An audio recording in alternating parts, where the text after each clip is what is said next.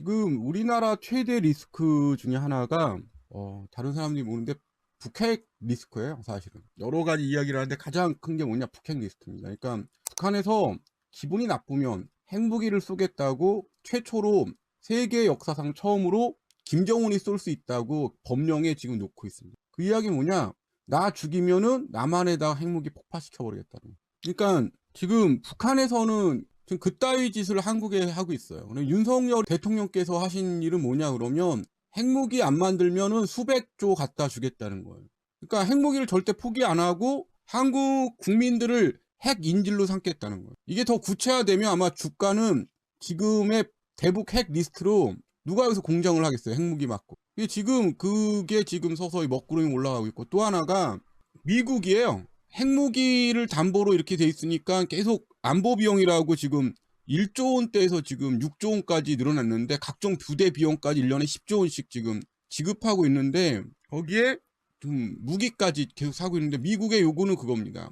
전기 자동차, 반도체 등등을 미국의 공장을 지어라는 거예요. 그러니까 미국 중산층을 육성할 수 있는 산업을 통째로 미국에 내놓으라는 겁니다. 바이든 이야기가. 트럼프도 그렇게 이야기했고. 그러니까 트럼프가 하던 짓을 바이든이 이번 선거에 질 수가 있기 때문에 지금 트럼프 인기가 장난이 아니에요. 트럼프가 하던 것에 대해서 그게 지금 미국에서 내가 핵무기 막아주고 있으니까 대기업 자산들, 우리나라 지금 10대 재벌의 핵심 수출에 대해서 조선이라든지 대규모 고용할 수 있는 거 말고 첨단 산업은 전부 미국의 공장을 새로 지으라는 겁니다. 앞으로의 공장은. 트럼프가 다음번 재선될 가능성이 지금 80%가 넘어요.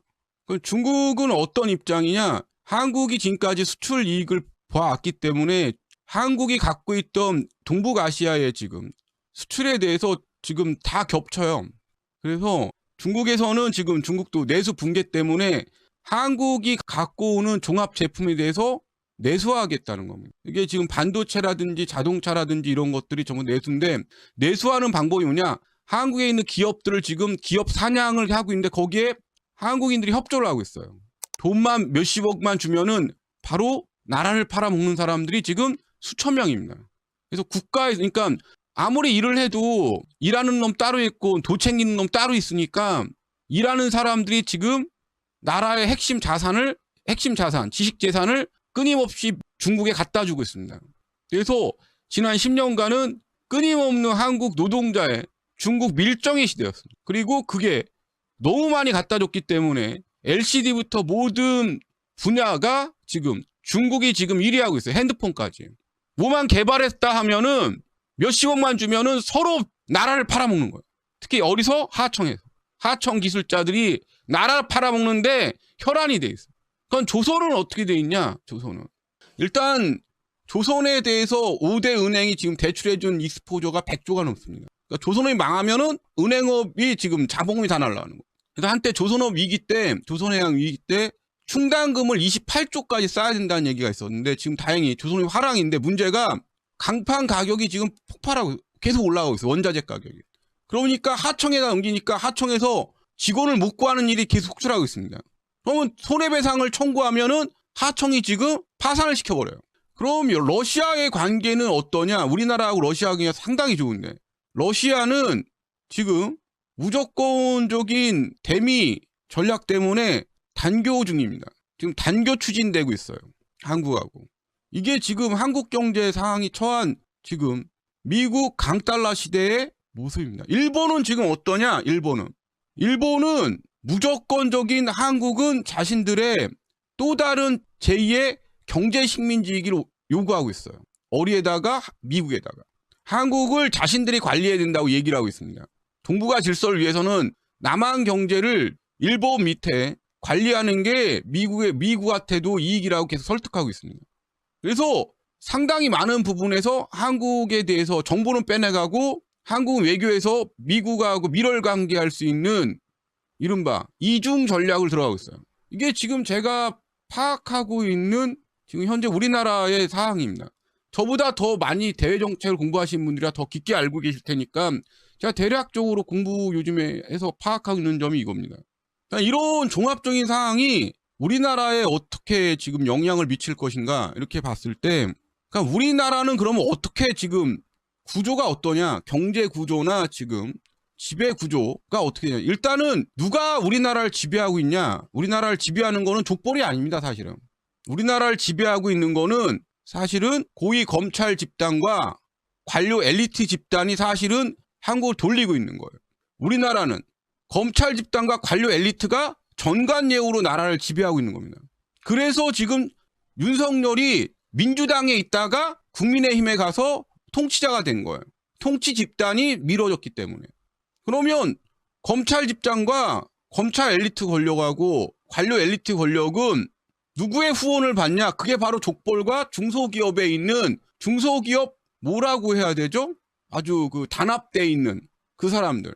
그분들이 사실은 이 나라의 돈이나 자신들 뜻대로 돌리는 거예요. 누구한테 후원을 해서 검사 엘리트하고 관료 엘리트 집단에다가 로비를 하면서. 그래서 통치자가 윤석열이 된 거예요.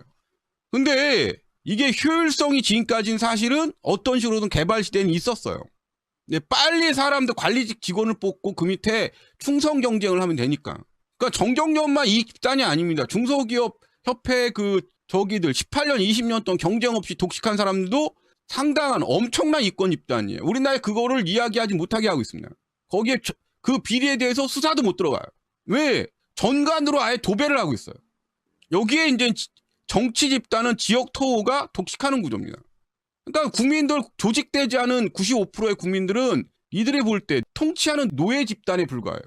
통솔하고 통치하는 노예 집단이 불과해요. 그래서 주택 가격이 모든 정보 왜곡이 왜 벌어지냐? 주인이 아니고 통치하고 착취할 대상으로 보기 때문에 그렇습니다. 그래서 정보 왜곡 때문에 이번에 대통령이 윤석열이 된 겁니다. 그러니까 마음대로 할 수 있어요.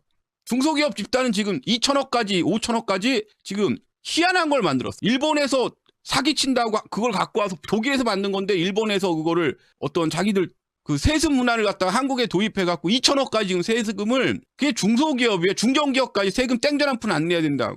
가업승계라고. 기업 가업승계라는 거 일본밖에 없고 사실은 가업승계라는 거는 소금의 영세에 한 문화를 가업승계, 기업을 가업승계하는 경우는 원래는 없는 겁니다.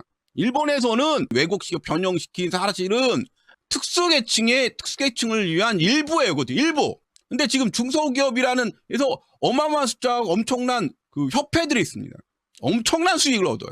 거기에 한 번도 조사가 들어가지 않고 있습니다.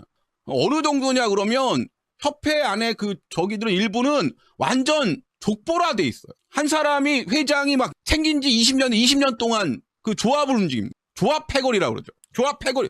그래서 지금 차단기가 100년 됐어요. 차단기 제품이 100년이 됐고 소방 제품이나 비상 재난이 120년 됐던 모델이에요.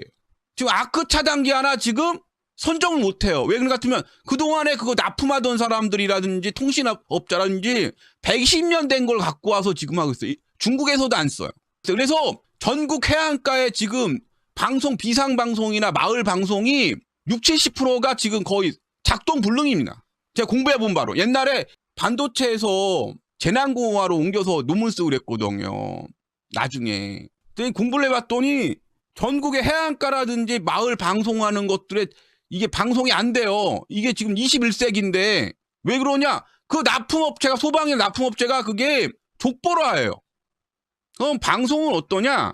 방송은 밥 처먹고 놀면 부자 된다고 계속 세뇌시킵니다.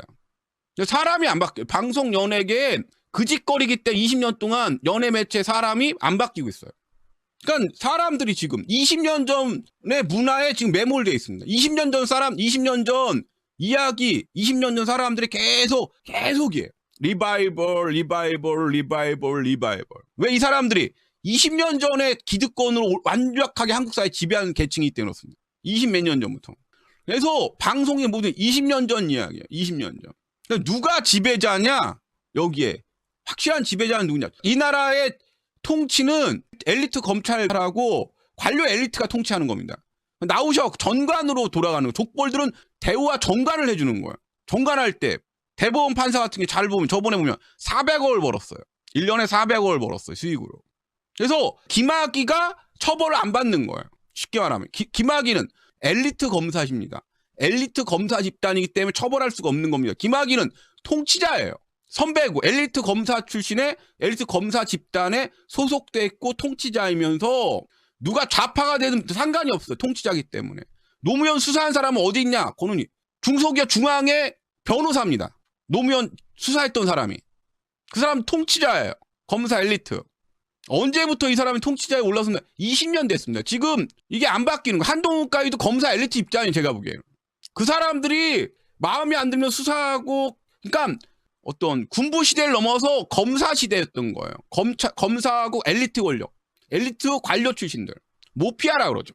그래서 서울대 이번에 666명 교수님들께서 교직원과 교수님들이 횡령을 했는데 아무도 처벌을 안 받는 겁니다. 그 출신의 기본은 언론은 관악 언론인 패거리하고 검사님들이기 때문에 모교 교수님들이고 동문들이기 때문에 처벌을 안 하는 거예요. 서민은 1,000원짜리 한 장 주스면은 감옥에 가지만 학벌을 내세우고 그 학벌에 예비 통치자 집단은 후원한 집단은 절대 건들지 않는 겁니다.